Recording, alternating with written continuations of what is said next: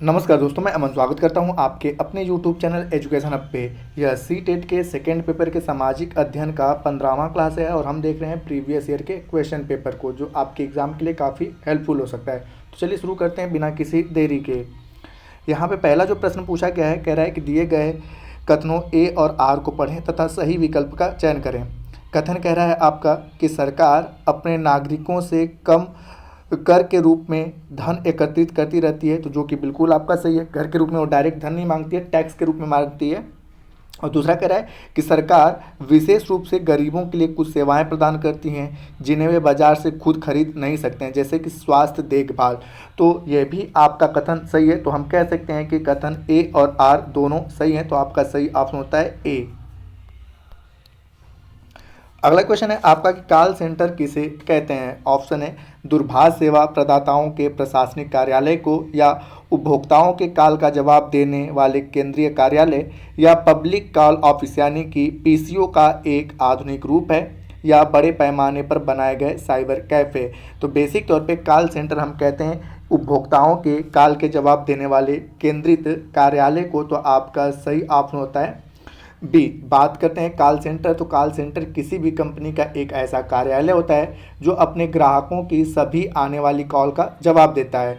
Call centre बहुराष्ट्रीय company द्वारा telephone, mobile आदि से अपने ग्राहकों की बात सुनने और उन्हें संदेश पहुंचाने के लिए बनाया जाता है। जो व्यक्ति कॉल सेंटर में कार्य करते हैं उन्हें कस्टमर केयर के नाम से जाना जाता है। अगला क्वेश्चन है कि निम्नलिखित कथनों पर विचार कीजिए तथा बाजार अर्थव्यवस्था में उन्हें सही क्रम का चयन कीजिए। तो पहला जो कह रहा है आपका कि जिनिंग मिलें रुई की साफ करती हैं और उन्हें गट्ठर बनाती हैं। तो बेसिक तौर पे जिनिंग मिलें जो होते हैं रुई को क्या करती हैं, साफ करती हैं और उनका गट्ठर बनाती हैं। पहला स्टेटमेंट कह रहा है। दूसरा कह रहा है कि बुनकर कपड़ा तैयार करके लाते हैं। तीसरा कह रहा है कि सूत काटने वाली मिलें रुई खरीदती हैं और सूत के व्यापारी को सूत बेचती हैं। उसके बाद आपका कह रहा है कि सूत के व्यापारी बुनकरों को सूत देते हैं। तो इनको क्रम में बैठाना है। तो इन सभी में सबसे पहले आपका आएगा कि आपका कि जीनिंग मिलें रुई को साफ करती हैं और उनका गट्ठर बनाती हैं। तो पहले नंबर पे आपका ए होगा। उसके बाद होता है सी वाला ऑप्शन कि सूत काटने वाली मिलें रुई खरीदती हैं और सूत के व्यापारी को सूत बेचती हैं। तो यह दूसरे नंबर पे होगा, यानी कि सी होगा। उसके बाद आपका आता है कि डी वाला ऑप्शन कि सूत के व्यापारी बुनकरों को सूत देते हैं। तो यह तीसरे वाले ऑप्शन पे आएगा, यानी कि डी। उसके बाद आएगा कि सूत के व्यापारी सूतकरों को क्या करेंगे, बुन खरीद कर देते हैं। और उसके बाद ऑप्शन आता है बी का, जो कि चौथे नंबर पे होगा कि बुनकर कपड़ा तैयार करके लाते हैं। तो यह बी होगा। तो इस प्रकार का जो ऑप्शन आपका मैच हो रहा है वो ऑप्शन आपका बी है। अगला क्वेश्चन है कि भारतीय जनसंघ के संस्थापक कौन थे। ऑप्शन है आपका MS गोलवलकर, या VD सावरकर, या आचार्य कृपलानी, या श्यामा प्रसाद मुखर्जी। तो जानते हैं कि भारतीय जनसंघ के जो संस्थापक थे वह श्यामा प्रसाद मुखर्जी थे। तो बात करते हैं भारतीय जनसंघ की स्थापना साल 1951 ईस्वी में श्यामा प्रसाद मुखर्जी ने की थी। जनसंघ ने एक देश, एक संस्कृति और एक राष्ट्र के विचार पर जोर दिया था। इनका मानना था कि देश भारतीय संस्कृति और परंपरा के आधार पर आधुनिक, प्रगतिशील और ताकतवर बन सकता है। अगला क्वेश्चन है कि महिलाओं के खिलाफ उल्लंघन होने पर महिला आंदोलन अपनी आवाज़ उठाता है। निम्नलिखित में से कौन सा अन्याय की ओर ध्यान आकर्षित करने का एक बहुत शक्तिशाली तरीका है। ऑप्शन है कानून और दिशा निर्देश। दूसरा है जानकारी और जागरूकता। तीसरा है सार्वजनिक रैलियां और प्रदर्शन। चौथा है सामाजिक विज्ञापन और हिमायत। तो आपने देखा होगा कि वर्तमान समय में जो सबसे शक्तिशाली तरीका होता है वो होती है सार्वजनिक रैलियां और प्रदर्शन। यह बेसिक तौर पे किसी प्रकार के अत्याचार के खिलाफ, ठीक है, अत्याचार के खिलाफ लोगों का ध्यान आकर्षित करने का सबसे शक्तिशाली तरीका होता है सार्वजनिक रैलियां और प्रदर्शन का। अगला क्वेश्चन है कि रिक्त स्थानों की पूर्ति करें। अब यहाँ पे क्वेश्चन कह रहा है कि फातिमा खेतिहर मजदूर दुर्घटनाग्रस्त हो गई। 8 राजकीय अस्पतालों ने उन्हें दाखिल करने से मना कर दिया। वह न्यायालय में अपने ब्लैंक है अधिकार के हनन की दलील लेकर जा रही है। तो किस चीज़ के हनन की दलील लेकर जा रही है। ऑप्शन है आपका स्वास्थ्य सुरक्षा संरक्षण का अधिकार, या समानता का अधिकार, या संवैधानिक उपचारों का अधिकार, या जीवन का अधिकार।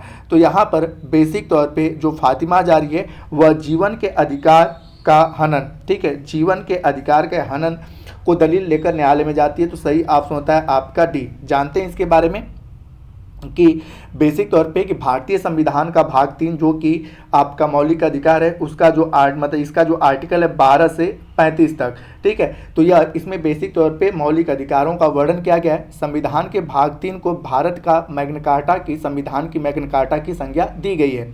संविधान द्वारा बिना किसी भेदभाव के हर व्यक्ति के लिए मूल अधिकारों के संबंध में गारंटी दी गई है। अनुच्छेद 21 यानी कि 21 में घोषणा किया गया है कि किसी भी व्यक्ति को उसके प्राण या दैनिक स्वतंत्रता से विद्युत द्वारा स्थापित प्रक्रिया के अनुसार ही वंचित किया जाएगा, अन्यथा नहीं। तो वह आर्टिकल 21 का प्रयोग करके जीवन के अधिकार की रक्षा के लिए कहाँ पर जाएगी? न्यायालय में जा रही है। अगला क्वेश्चन है कि भारतीय संविधान की प्रस्तावना में कौन से मूल्य अंतर्निहित है? ऑप्शन है मानवीय मूल्य जो मानवता का मार्गदर्शन करते हैं, या उद्यमिता से जुड़े मौद्रिक मूल्य, या वैदिक काल के आध्यात्मिक मूल्य, या राष्ट्रीय मूल्य जिन्होंने स्वतंत्रता संग्राम को प्रेरित किया। तो बेसिक तौर पे भारतीय संविधान की प्रस्तावना में जो मूल्य निहित है वह है राष्ट्रीय मूल्य जिन्होंने स्वतंत्रता संग्राम के लिए प्रेरित किया था। तो आपका सही ऑप्शन होता है डी। जानते हैं इसके बारे में कि प्रस्तावना संविधान के परिचय अथवा भूमिका को कहते हैं। इसमें संविधान का सार होता है। प्रख्यात न्यायविद संवैधानिक विशेषज्ञ N.A. पालकीवाला ने प्रस्तावना को संविधान का परिचय पत्र भी कहा है। भारतीय संविधान की प्रस्तावना पंडित नेहरू द्वारा बनाए गए और पेश किए गए एवं संविधान सभा द्वारा अपनाए गए उद्देश्य प्रस्ताव पर आधारित है। प्रस्तावना में कुछ मूल तत्व हैं। संविधान भारत के लोगों से शक्ति अधिग्रहित करता है और भारत एक संप्रभु समाजवाद, धर्मनिरपेक्ष, लोकतांत्रिक व गणतांत्रिक राज्य व्यवस्था वाला देश है। अगला क्वेश्चन है आपका कि भारत में उच्च न्यायालयों द्वारा लिए गए निर्णय निचली अदालत पर बाध्यकारी होते हैं, यह संदर्भित करता है। ऑप्शन है आपका एकल और एकीकृत न्यायपालिका को संदर्भित करता है, या न्यायपालिका संविधान के दुभाषिया के रूप में संदर्भित करता है, या मौलिक अधिकारों के संरक्षक के रूप में संदर्भित करता है, या खुला परीक्षण है। तो यहाँ पे बेसिक तौर पे कि भारत में जितने भी उच्च न्यायालय हैं, ठीक है, वह मतलब उच्च न्यायालय या के जो स्टेटमेंट होते हैं वो निचली अदालतों को मानना होता है, वह बेसिक तौर पे भारत में एकल और एकीकृत न्याय प्रणाली को संदर्भित करता है। तो सही ऑप्शन होता है आपका ए। जानते हैं कि भारत की एकल सामयिक न्यायिक व्यवस्था में उच्च न्यायालय उच्चतम न्यायालय से नीचे है, लेकिन अधीनस्थ न्यायालयों के ऊपर कार्य करता है। यानी कि सबसे पहले आपका सुप्रीम कोर्ट होता है, उसके बाद हाई कोर्ट होता है, उसके बाद सभी जिलों में क्या होते हैं? इसके अधीनस्थ न्यायालय होते हैं। सबसे ऊपर कौन होता है? Supreme court. सुप्रीम कोर्ट ने जो चीज़ें कर दिया, बाकी सारे न्यायालयों को उन चीज़ों को मानना है। यही बात यहाँ पर कह रहा है। आगे की अगर बात करें तो एक राष्ट्र की न्यायपालिका में उच्च न्यायालय और अधीनस्थ न्यायालयों का एक पद सोपन होता है। राज्य के न्यायिक प्रशासनिक में उच्च न्यायालय की स्थिति शीर्ष पर होती है। उच्च न्यायालय मूलतः एक अपीली न्यायालय है।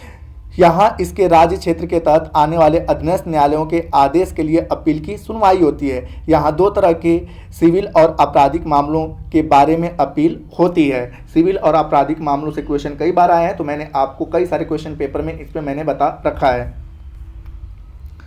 अगला क्वेश्चन है कि दिल्ली जैसे शहरों में वायु प्रदूषण में सर्वोच्च न्यायालय के आदेश के परिणाम स्वरूप काफ़ी कमी आई, जो कहता है।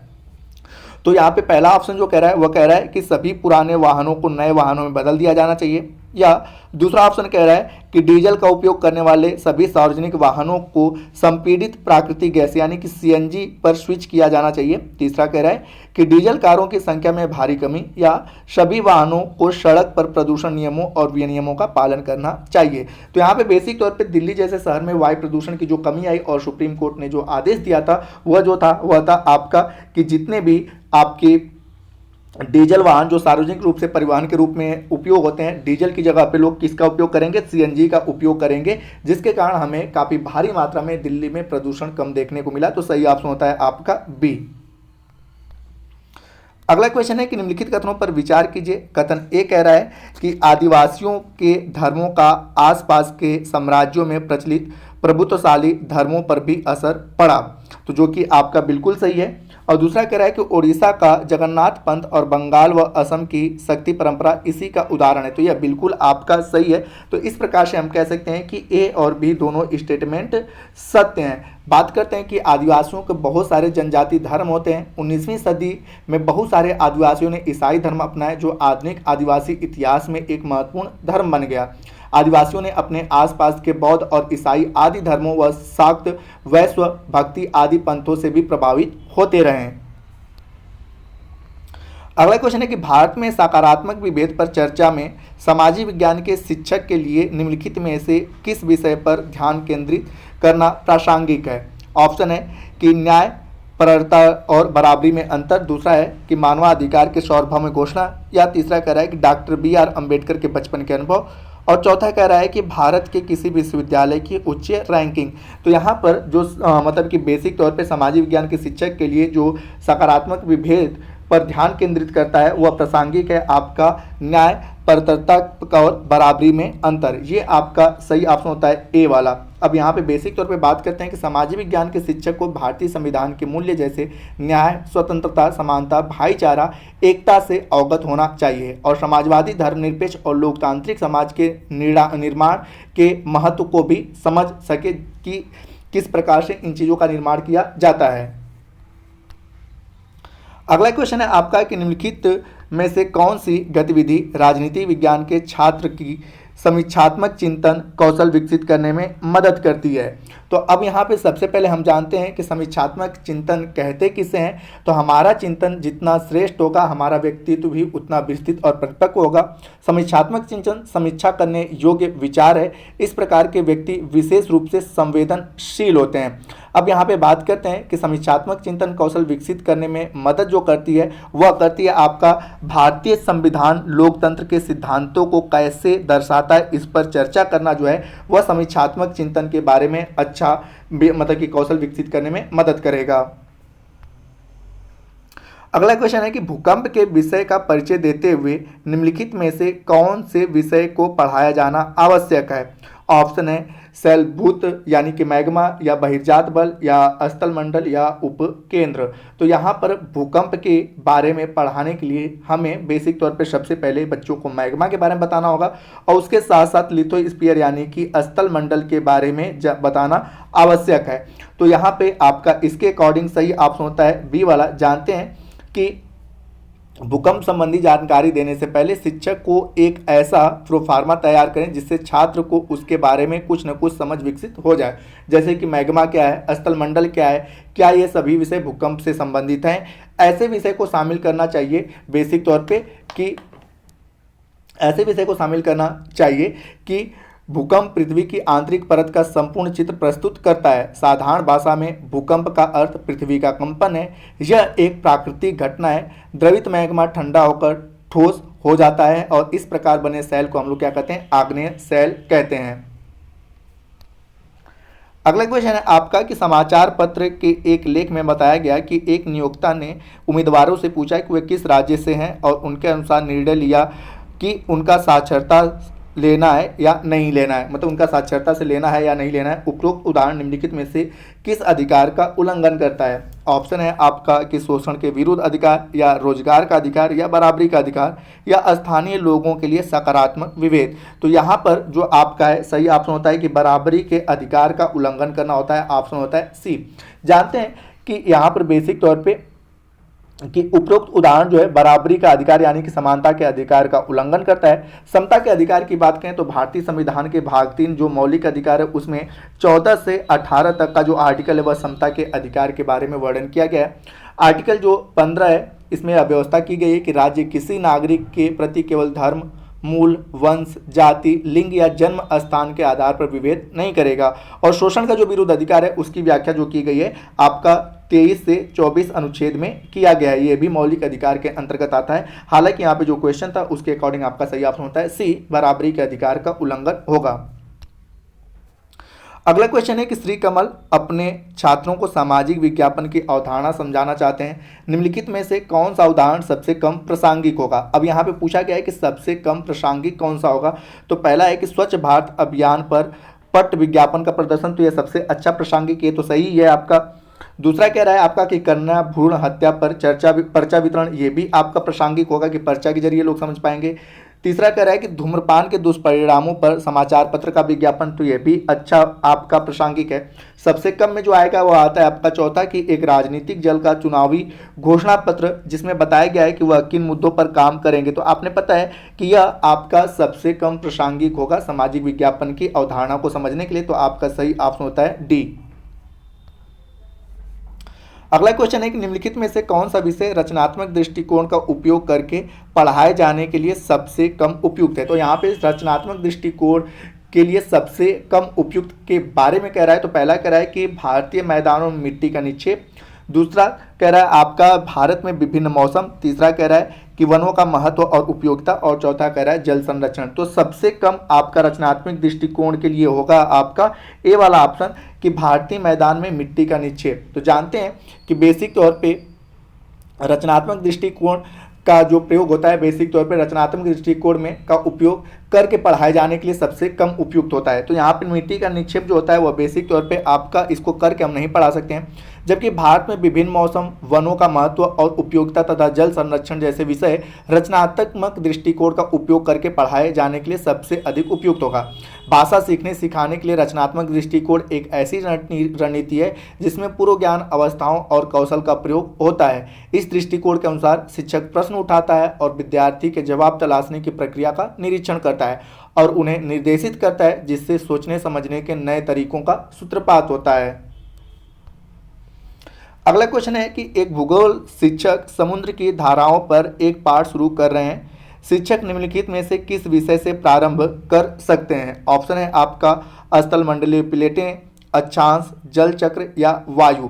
तो यहाँ पर एक जो भूगोल के शिक्षक हैं वह समुद्री धाराओं के बारे में जब पाठ शुरू करेंगे तो सबसे पहले उन्हें वायु के बारे में बताना होगा। तो सबसे सटीक ऑप्शन होता है आपका ए कि उन्हें वायु से संबंधित विषय से प्रारंभ किया अपने टॉपिक को प्रारंभ कर सकते हैं, क्योंकि वायु का संबंध समुद्री धाराओं से है। प्रचलित और सनातनीय हवाओं के कारण भी महासागरीय जल में धाराएं उत्पन्न होती हैं। शिक्षक का ध्येय बच्चों के चरित्र का निर्माण करना तथा उनके मूल्यों को विकसित करना होता है। ठीक है, ये भी शिक्षक का एक कर्तव्य है। हालांकि यहाँ पे जो क्वेश्चन पूछा है उसके कारण शिक्षक जो टॉपिक होगा वह वायु होगा।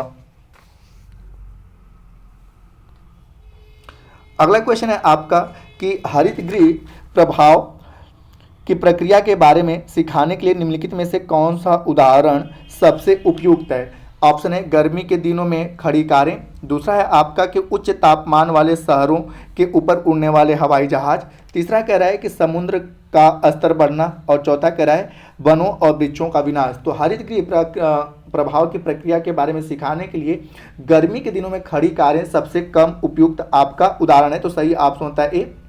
जानते हैं इसके बारे में कि कार्बन डाइऑक्साइड वायुमंडल में फैलकर पृथ्वी के विकृत ऊष्मा को पृथ्वी पर रोककर ग्रीन हाउस प्रभाव पैदा करता है। आपने पता है कि पृथ्वी है और पृथ्वी के ऊपर कार्बन डाइऑक्साइड की एक परत बन जाती है और जिसके कारण पृथ्वी से जो ऊष्माएं निकलती हैं उसको बाहर निकलने नहीं देती हैं, और यही प्रक्रिया क्या कहलाती है, ग्रीन हाउस प्रक्रिया कहलाती है।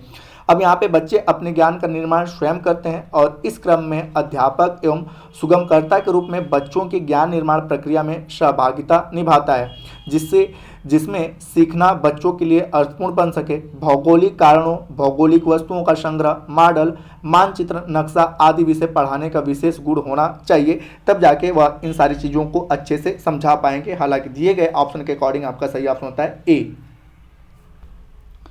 अगला क्वेश्चन है कि मुगलों के अधीन वास्तु विकास से संबंधित निम्नलिखित में से कौन सा प्रश्न आलोचनात्मक सोच कौशल को बढ़ावा देगा। तो यहाँ पे आलोचनात्मक सोच कौशल के बारे में पूछ रहा है। तो पहला कह रहा है आपका कि मुगल शासकों ने स्मारकों के निर्माण के लिए सामग्री कैसे क्रय की, दूसरा कह रहा है कि भारत में मौजूद वास्तुकला शैली में मुगलों ने कैसे योगदान दिया, तीसरा है आपका कि मुगल वास्तुकला और पारसी वास्तुकला के बीच में क्या समानताएं हैं, और चौथा कह रहा है कि शाहजहां की वास्तुकला उपलब्धियां कौन सी थीं। तो यहाँ पर बेसिक तौर पे मुगलों के अधीन वास्तुकला से संबंधित भारत में मौजूद वास्तुकला शैलियों में मुगलों ने कैसे योगदान दिया जैसे प्रश्न जो है वह आलोचनात्मक सोच कौशल को बढ़ावा देते हैं। तो इस प्रकार से सही ऑप्शन होता है आपका बी। जानते हैं कि आलोचनात्मक सोच का विकास सबसे पहले किसी के ज्ञान का अनुभव के साथ संबंध और अन्य स्रोतों के साथ उसकी तुलना है। चुनौती चरण पहले से अर्जित ज्ञान को सक्रिय करता है और इस ज्ञान की कमी का पता लगाने में मदद भी करता है और नई जानकारियां प्राप्त करने के लिए लक्ष्यों को निर्धारित करता है। आलोचनात्मक चिंतन जो है व्यक्ति के निर्माण तथा व्यक्तित्व विकास के लिए आवश्यक है। अगला क्वेश्चन है आपका कि कक्षा में एक छात्र कहता है कि खिलजी और तुगलक के समय बंदगानों या सैन्य गुलामों का ऊंचा दर्जा था, इसलिए मध्यकालीन भारत में गुलामों को सुल्तान के दरबारों में अच्छी पदवी प्राप्त थी। यह कथन बोलते समय निम्नलिखित में से किस प्रकार के तर्क का प्रयोग स्टूडेंट कर रहा है? तो यहाँ पे बेसिक तौर पे जब इस प्रकार का स्टेटमेंट बोलता है तो बालक जो है वह आगमन तर्क का प्रयोग कर रहा है। सही ऑप्शन होता है आपका ए। अब जानते हैं आगमन तर्क क्या होता है, तो अनुभव के आधार पर, यानी कि आगमन तर्क या आगमन विधि आपने पढ़ा होगा तो पहले उदाहरण को एग्जाम्पल को दिया जाता है, उसके बाद फिर नियम को बताया जाता है, और निगमन में पहले लॉ को बताया यानी कि नियम को बताया जाता है, उसके बाद एग्जाम्पल को दिया जाता है। ठीक है, तो यहाँ पर बेसिक तौर पर पहले वह एग्जाम्पल दे रहा है, उसके बाद चीज़ों को बता रहा है, तो यहाँ पर बच्चा जो है वह आगमन तर्क का प्रयोग कर रहा है। अगला क्वेश्चन कह रहा है कि मॉल में अध्ययन यात्रा के बाद अर्थशास्त्र की शिक्षिका सुश्री राबिया ने अपने 8 कक्षा के 3 छात्रों से कहते हुए सुना। छात्र 1 जो कहता है कि मॉल सार्वजनिक सुविधा है, आखिर सभी को उनमें प्रवेश करने की अनुमति है। छात्र 2 कहता है कि नहीं नहीं, मॉल निजी कंपनियों द्वारा चलाए जाते हैं और वे उन्हें लाभ कमाते हैं। और छात्र 3 कह रहा है कि यह सच है, लेकिन यदि वे लाभदायक हैं तो सरकार उन्हें क्यों नहीं चलाती। अवधारणा को स्पष्टता के आधार पर छात्र के बढ़ते हुए क्रम को व्यवस्थित करने में शिक्षिका की सहायता करें। तो यहाँ पे कि सबसे कम क्लियर अवधारणा किसकी है, सबसे अधिक स्पष्ट अवधारणा किसकी है और सबसे अच्छी अवधारणा किसकी है। तो यहाँ पे सबसे कम क्लियर जो अवधारणा है वो है छात्र 2 की। तो सबसे पहले आपका आएगा छात्र 2। ठीक है, आपका सबसे कम क्लियर अवधारणा जो है छात्र 2 की है। उसके बाद आपका उससे थोड़ी सी अधिक जो अवधारणा है वह है छात्र 3 की, और उसके बाद सबसे क्लियर जो अवधारणा है वह है छात्र 1 की। तो इस प्रकार से आपका सही ऑप्शन होता है डी।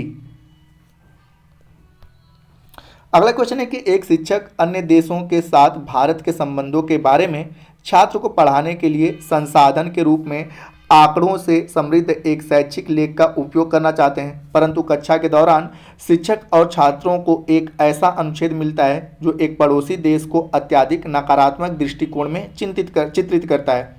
सामाजिक विज्ञान के शिक्षक के लिए निम्नलिखित में से कौन सा सबसे अधिक जिम्मेदार दृष्टिकोण होगा? अब ऑप्शन आप पढ़ते हैं। तो पहला कह रहा है कि छात्रों को बताएं कि आपको इन अनुच्छेदों के बारे में पता नहीं था और उन्हें विभिन्न विषयों के अध्ययन के लिए केवल अपनी पाठ्य पुस्तिका का उपयोग करना चाहिए। तो यहाँ पर आपने पता है कि केवल अपनी पाठ्य पुस्तिका का उपयोग करना शिक्षक का सही दृष्टिकोण नहीं है। दूसरा कह रहा है कि कक्षा जारी रखने के लिए इसके बदले दूसरे कम उपयोगी स्रोतों का उपयोग करें। विवाद पर चर्चा करने केवल समय बर्बाद होगा। तो यहाँ पर ये भी चीज़ें आपका गलत है, क्योंकि वाद विवाद से बच्चे और अच्छे से सीखते हैं। तीसरा कह रहा है कि छात्र के साथ अनुच्छेद का विश्लेषण करें, जहां वे देश के बारे में बनाई गई धारणाओं या दिए गए तथ्यों पर चर्चा और बहस कर सके। तो ये सबसे अच्छा ऑप्शन होता है। ठीक है, हालांकि डी वाला भी पढ़ लेते हैं कि लेख को वैसे ही पढ़ना जारी रखें, क्योंकि आपकी कक्षा के सभी छात्र भारत से हैं और इससे उनकी भावनाओं को ठेस नहीं पहुंचनी चाहिए। तो ये भी गलत है, क्योंकि हमारे भारत के छात्र तो हैं, लेकिन हमें विश्व के बारे में भी जानकारियाँ देनी होती है। तो इस प्रकार से डी वाला ऑप्शन आपका गलत होता है। अगला क्वेश्चन है कि किसी टॉपिक को पढ़ाते समय इतिहास शिक्षक को एक विशेष अनुच्छेद मिलता है जो एक प्रसिद्ध ऐतिहासिक व्यक्ति को नकारात्मक रूप से चित्रित करता है। अब यहाँ पे कह रहा है कि इतिहास के शिक्षक के लिए निम्नलिखित में से कौन सा सबसे अधिक जिम्मेदार दृष्टिकोण होगा? तो पहला कह रहा है कि छात्रों के साथ अनुच्छेद का विश्लेषण करें और संबंध पुस्तकों में बनाई गई धारणाओं पर चर्चा करें। ये बिल्कुल सही है, यह बिल्कुल पिछले वाले क्वेश्चन की तरह ही है। दूसरा कह रहा है कि अनुच्छेद पढ़ना जारी रखें, क्योंकि मुख्य पाठ्यक्रम में उस विशेष व्यक्ति का उल्लेख नहीं किया गया और यह समय बर्बादी होगी। तो यह आपका अपने आप में गलत है, पूरा पिछले वाले क्वेश्चन की तरह ये क्वेश्चन है। अगला कह रहा है कि छात्रों को इस बारे में अधिक बताएं कि प्रसिद्ध व्यक्ति को नकारात्मक दृष्टि से चित्रित क्यों किया गया है। तो यह भी आपका गलत है। अगला कह रहा है आपका कि छात्रों से नकारात्मक भाग को अनदेखा करने के लिए कहें, क्योंकि इतिहास को नेताओं के सकारात्मक पहलुओं पर ध्यान केंद्रित करना चाहिए और पदपस्त मतलब पाठ्य पुस्तक और संदर्भ पुस्तकों को पढ़ना जारी रखें। तो यह भी गलत है। तो आपका सही ऑप्शन होता है ए वाला, यह बिल्कुल आपके पिछले वाले क्वेश्चन की तरह ही था।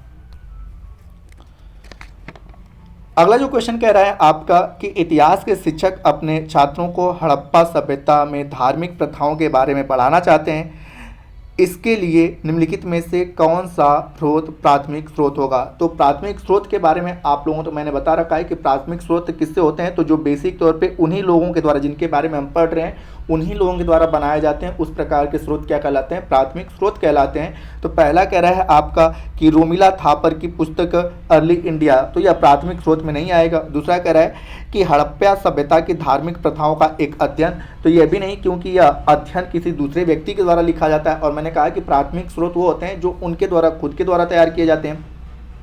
और तीसरा कह रहा है कि हड़प्पा काल की कलाकृति का एक संग्रहालय, तो बिल्कुल सही है कि यह आपके प्राथमिक स्रोत में आता है, क्योंकि यह कलाकृतियां उन लोगों ने खुद करी है और जिसको आज हम संग्रहालय में रखे हैं। तो प्राथमिक स्रोत के लिए सबसे अच्छा ऑप्शन होगा आपका सी। और डी कह रहा है कि हड़प्पा काल के जीवाश्म, तो जीवाश्म को बच्चे अच्छे से स्टडी नहीं कर सकते हैं, तो दिए गए क्वेश्चन के अकॉर्डिंग आपका सही ऑप्शन होता है सी। अगला क्वेश्चन कह रहा है कि भूगोल की शिक्षिका ने अपने छात्रों से पूछा क्या होगा यदि पृथ्वी अपनी अक्ष रेखा पर घूमना बंद कर दे। छात्र द्वारा दिए गए उत्तरों में वैचारिक अस्पष्टता वाला उत्तर चुने, तो मतलब सबसे अच्छा स्पष्ट कौन कर रहा है उसको हमें चुनना है। तो पहला कह रहा है कि पृथ्वी के उत्तरी हिस्से को हर समय चरम मौसम का सामना करना पड़ेगा। दूसरा कह रहा है कि पृथ्वी केवल आधा भाग ही सूर्य के प्रकाश प्राप्त करेगा, दूसरा आधा भाग अंधकार रहेगा। तीसरा कह रहा है कि वर्ष की लंबाई बदल जाएगी और चौथा कह रहा है कि भारत में हर समय सुबह के 5:30 बजे का ही समय होगा। तो इन सभी में से जो सबसे स्पष्ट उत्तर दे रहा है वो है आपका बी वाला कि पृथ्वी का केवल आधा भाग ही सूर्य का प्रकाश प्राप्त करेगा और दूसरा आधा भाग क्या रहेगा, अंधकार में रहेगा। अगला क्वेश्चन कह रहा है कि एक आकलन में छात्रों को पृथ्वी के अक्षांश और उष्मा क्षेत्रों को दर्शाने वाले चित्र बनाने के लिए कहा गया। इस कार्य के माध्यम से छात्र के ज्ञान या समझ के निम्नलिखित में से कौन से पहलू का आकलन नहीं किया जाएगा। ऑप्शन है आपका कि भूमध्य रेखा के संबंध में कर्क रेखा और मकर रेखा की स्थिति। दूसरा है आपका पृथ्वी का अक्ष।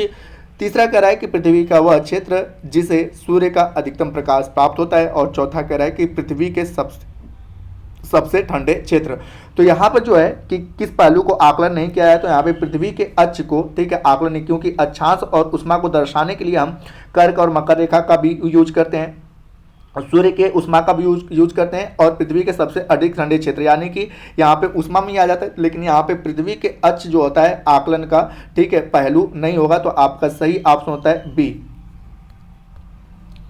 अगला क्वेश्चन कह रहा है कि श्री दलजीत ने भारत में सविनय अवज्ञा आंदोलन शुरू होने के सबसे महत्वपूर्ण कारणों पर अपने छात्रों से शोध करने और संक्षिप्त टिप्पणी लिखने के लिए कहा। उसके बाद वे प्रस्तुत किए गए कार्य उपयोग अध्ययन के रूप में मूल्यांकन के लिए करना चाहते हैं। उनके लिए छात्रों से पूछे जाने वाले प्रासंगिक प्रश्न कौन सा होगा। तो यहाँ पर ऑप्शन आपसे कह रहा है कि सविनय अवज्ञा आंदोलन का नेतृत्व करने वाले प्रसिद्ध व्यक्ति कौन थे। दूसरा कह रहा है आपका कि अपने कार्य के लिए शोध करने के लिए आपने जिन शैक्षणिक संसाधनों का उपयोग किया था उनका वर्णन करें। और तीसरा कह रहा है कि जब आपने निर्णय किया कि किस कारण के बारे में लिखना है तो आपका विचार की प्रक्रिया क्या थी। और चौथा कह रहा है आपका कि एक दोस्त के साथ जोड़ी बनाएं और देखें कि क्या आप दोनों ने एक ही कारण को सबसे महत्वपूर्ण कारक के रूप में चुना है। तो यहाँ पे पूछ रहा है आपका कि टिप्पणी लिखने के लिए कहा और उसके बाद कह रहा है कि उन्होंने छात्रों से पूछने का सबसे प्रासंगिक प्रश्न क्या होगा। तो सबसे प्रासंगिक प्रश्न, सबसे अर्थपूर्ण प्रश्न जो होगा वो होगा आपका सी वाला ऑप्शन कि जब आपने निर्णय किया कि किस कारण के बारे में लिखना है तो आपके विचार की प्रक्रिया क्या थी, यह सबसे अधिक प्रासंगिक प्रश्न होगा। अगला क्वेश्चन है कि शैक्षिक उद्देश्य आर्द्रता, मतलब कि शैक्षिक उद्देश्य जो है बेसिक तौर पे यहाँ पे कह रहा है कि आर्द्रता वाले दो शहरों में अपनी समझ दर्शाएंगे। निम्नलिखित में से कौन सा मूल्यांकन इस उद्देश्य की परीक्षा करता है। पहला कह रहा है आपका कि भारत में अधिकतम आर्द्रता वाले दो शहरों का नाम लिखिए। दूसरा कह रहा है कि नम मौसम में कपड़ों को सूखने में अधिक समय क्यों लगता है। तीसरा कह रहा है कि आप प्रौद्योगिकी का इस्तेमाल करके घर पर नमी कैसे कम कर सकते हैं। और चौथा कह रहा है कि जेट विमान अपने पीछे सफ़ेद निशान क्यों छोड़ते हैं। तो अब यहाँ पे बेसिक तौर पे कह रहा है कि शैक्षिक उद्देश्य जो है कि आर्द्रता वाले दो शहरों में अपनी समझ दर्शाएंगे। तो आर्द्रता वाले जो दो शहरों में उनमें अपनी जो समझ है वह आपका सबसे अच्छा शैक्षिक उद्देश्य के मूल्यांकन करने का जो तरीका वो है आपका बी वाला ऑप्शन कि नम मौसम में कपड़ों को सूखने में अधिक समय क्यों लगता है। अब यहाँ पे बात करते हैं कि बेसिक तौर पे कि शिक्षण उद्देश्य वह शैक्षिक कार्य है जिसके द्वारा छात्रों के व्यवहार में परिवर्तन लाने का प्रयास किया जाता है। इसमें सबसे अधिक योगदान ब्लूम वर्ग का है। इस वर्गीकरण को मानसिक जीवन के 3 पक्षों के आधार पर विकसित किया गया है। पहला है ज्ञानात्मक पक्ष, दूसरा है आपका भावनात्मक पक्ष और तीसरा है आपका क्रियात्मक पक्ष। अगला क्वेश्चन है आपका कि प्राचीन गुफा चित्रों पर एक कक्षा में चर्चा इस प्रकार की है। काव्य कहते सिद्धांत बताते हैं बेसिक तौर पे कि आदिमानव शिकार के लिए बाहर जाने से पहले गुफाओं की दीवारों पर रिवाज के रूप में चित्र बनाते थे। राहुल कहता नहीं, यह उनके मनोरंजन का एक रूप हो सकता है। शिक्षक कहता है कि शिक्षक जो शिव कुमार हैं इस चर्चे का उपयोग इतिहास से संबंधित सोच विचार कौशल का परिचय देने के अवसर के रूप में करना चाहते हैं।